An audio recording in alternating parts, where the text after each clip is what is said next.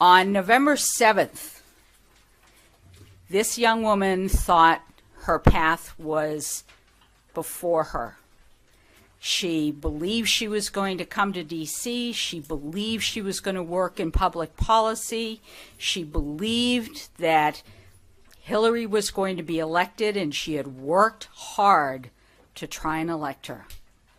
On November 9th, because it was about 2 or 3 a.m. in the morning, she recognized that her life would be totally different for at least the next 4 years. This is the woman that is not used to being a public speaker, that stood up at the Democratic National Convention and was one of the people that nominated Hillary Clinton. She is an activist. She is the next generation of political forces in this country. I want to welcome to the podium Nyala Amaru.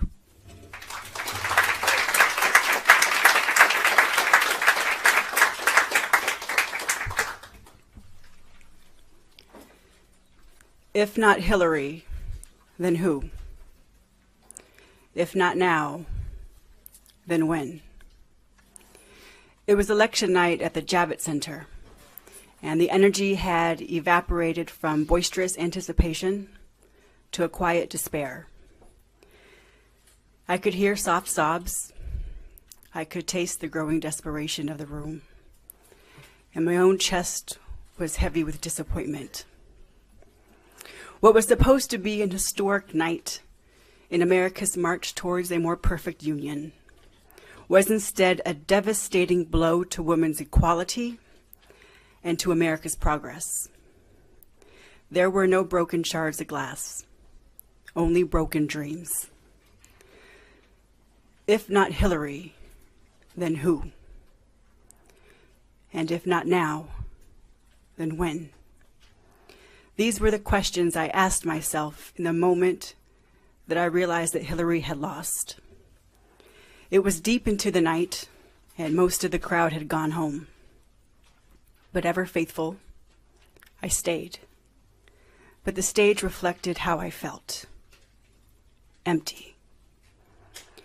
I remember looking above and staring aimlessly at the highest glass ceiling in New York. Lost in my own thoughts, a song on the loudspeakers by the band called Journey pierced through my own muddled musings and reminded me of the true spirit and strength of America. Don't stop believing. Don't stop believing. While I'm not much of a singer, it was those lyrics in that moment that I needed. I was reminded that America had been here before.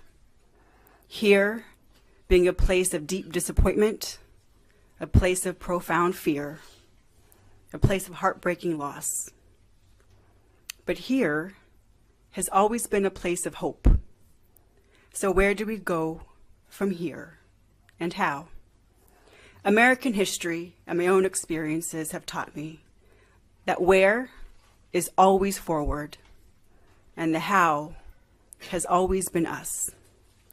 We as a nation have been here before. I remember practicing my speech backstage at the DNC, and when I looked up, I found myself standing directly behind civil rights icon Congressman John Lewis. I was awestruck. To literally follow his footsteps and formally nominate America's first woman presidential nominee was more than a surreal moment. It was a reflection of America's progress. Generations ago, a young John Lewis marched across Edmund Pettus Bridge to secure the right to vote for all Americans. Generations ago, Hillary Clinton redefined the role of a first lady by daring to propose meaningful health care reform. They planted seeds from the power of grassroots movements and governments, so someday someone like me could live more fully in an America they helped create. I shared the stage with a congressman who had his skull cracked for daring for the right to vote. And less than 100 years after the passage of the 19th Amendment, I voted for a woman president. We must protect and continue that progress. But how? How do we create social change? How do we move forward? John Lewis and Hillary Clinton are two great examples of how we can influence public policy and make an impact. Understand that public policy is a government decision that expresses certain values and beliefs. Whose values and whose beliefs depends on politics, advocacy, and you. Yes, you. You can create change. Your voice can be heard. You can make a difference. Progress through activism. The first way you can create an impact is through the external channel.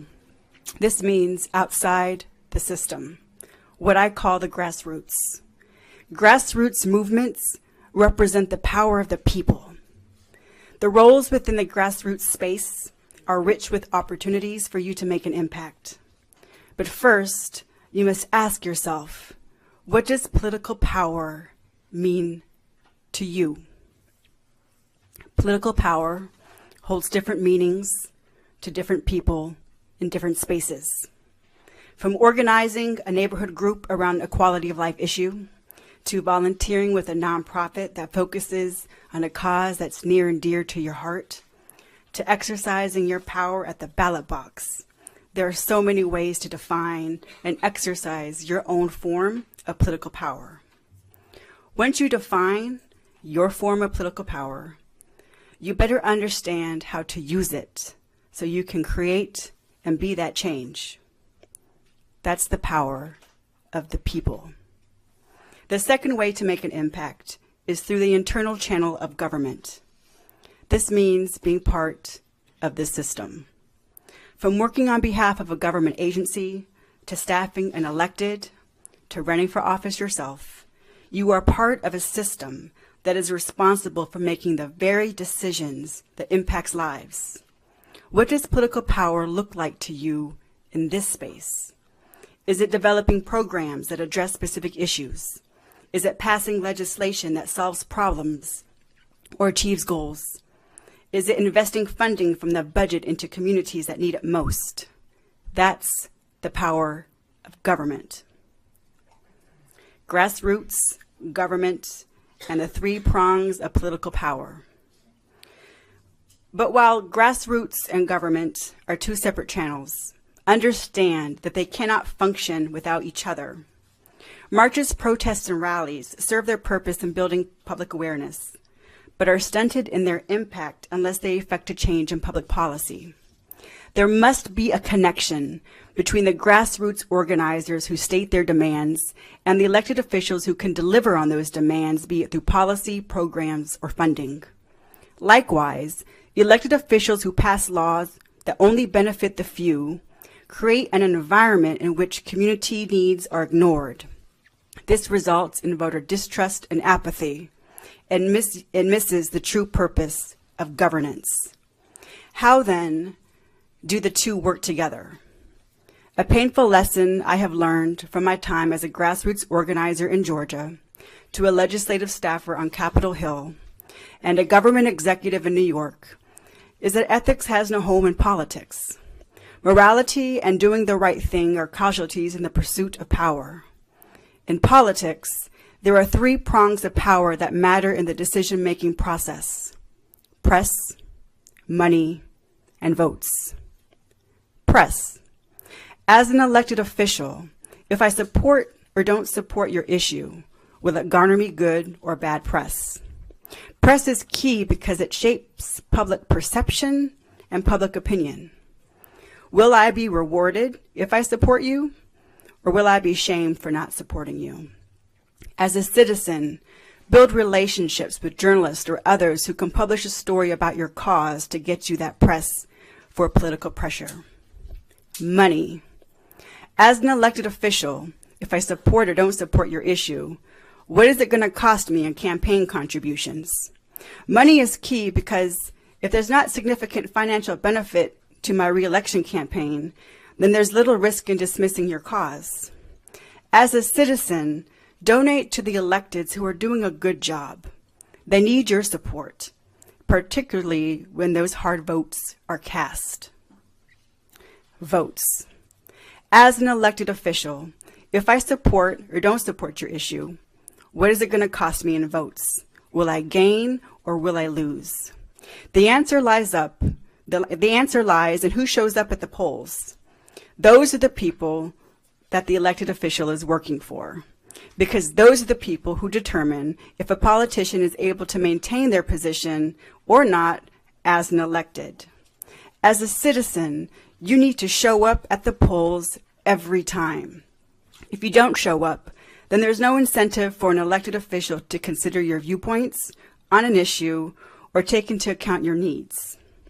While each tool is powerful in its own right, it is the everyday citizen who holds the greatest power, and that they are the ones who decide how and when to use these tactics to hold elected officials accountable. Understand this: government works for you, but will only respond to your needs if you show up and hold its representatives accountable. Moving forward, we can all be activists, and as activists we can create change, because activism is so much more than marching in protest or sending a letter to your representative. To begin with, you can challenge ignorance, from the White House to our own dinner tables. Speak up when you are in the presence of false information. Unchecked, fear can destroy the safety of entire communities, and it is up to us to speak up and protect our vulnerable neighbors against hate. You can share your skills and your expertise. Your talent and your experiences is needed. There are nonprofits, issue campaigns, and everyday concerned citizens who need what you have to offer. Are you a web developer? Do you have a background in marketing? Can you provide legal advice? No matter your skill set, there is a place for you to share your gifts and contribute to social change. Find that place and give the best of yourself. Let's talk about the isms and the obias. The more we have conversations centered on what makes us uncomfortable, the better we become at understanding experiences other than our own. Talk about why appointing white supremacists to presidential cabinets is an issue. Talk about why Black lives matters. Talk about why Black lives matter. Talk about why marriage equality matters and how love belongs to everyone, to the very people who disagree with you. There are many roles within the grassroots and government channels for everyday citizens to make an impact and work towards progress. Begin with defining what political power means to you. Again, does your political power mean working outside the system or from within? I shared a few ideas of how to move forward in movement building, but no matter what your preferred form of activism, get involved and stay involved.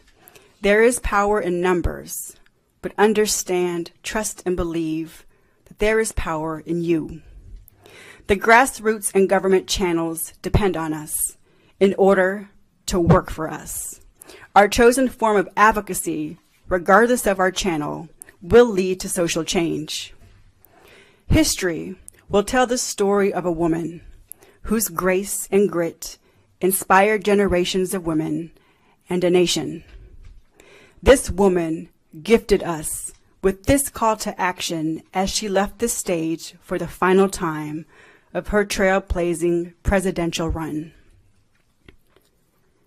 This loss hurts, but please never stop believing that fighting for what is right is worth it.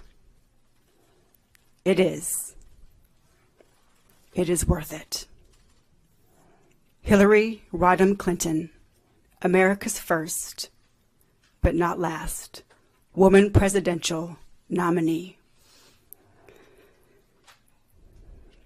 The next 4 years are uncertain, but this I know for sure.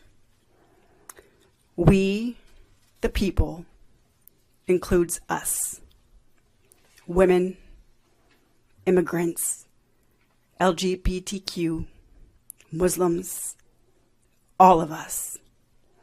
We are all part of the American story, and we have a right to her promise. The time is now for us to organize, to strategize, to connect with one another, and protect an America that has a place for everyone. It will not be easy. The journey towards progress is long, painful, and full of challenges.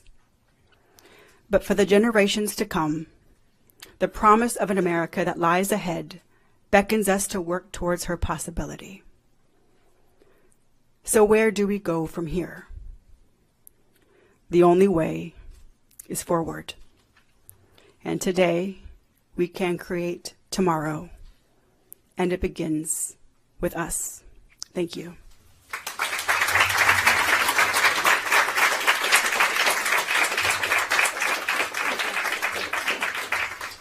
Thank you. That was amazing. We have time for a question. Okay, a question? Who has maybe two questions. Maybe two questions. Because you have a little extra time.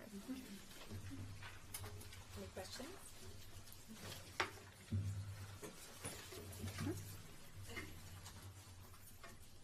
Oh, yes. That was pretty remarkable, I have to say. Thank you. I was wondering more about you, what your history is, and how you got to the Javits Center that night. Absolutely.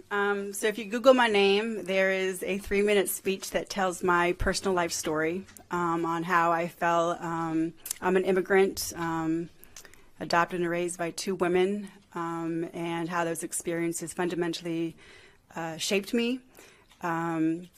When I was selected for a fun story I like to tell, that the campaign didn't know when I was selected to do the nominations was that I cut my political teeth as a college student working for a man by the name of Congressman John Lewis. So he was my introduction into the world of advocacy. When I was a college student knocking on doors for him, I never would have imagined that one day I would literally follow his footsteps, not just figuratively into government and policy, but literally onto stage. So my story is I carry lots of identities, and my travels, I've lived in California, Texas, Georgia's home, D.C. I'm now in New York. I have learned, and I said this in my speech, I've lived in the reddest of states and the bluest of states, and I truly believe that we essentially want the same things, whether we're Republican or whether we're Democrat. And that belief drives me personally in my personal work and my professional career between the nonprofit and government spaces, to understand that fundamentally what connects us runs far deeper than what divides us, and understanding that we essentially want the same things. We want to live in happy, healthy neighborhoods. We want the best for our children. We want to have a secure and optimistic future. So while I am myself going through a personal transition, thinking that I was going to be in D.C., I also understand that I have a role to play in New York in terms of community organizing, in terms of shaping public policy that impacts people's lives.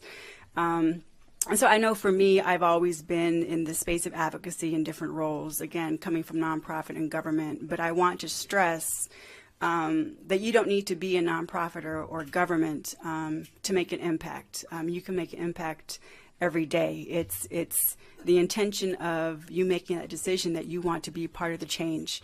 And every decision that you make, when you come to that, once you declare that as a mission that you want to be a part of something that's transformational, be part of something that is impacting for generations to come. You don't need to be just a nonprofit. You don't just need to be in government.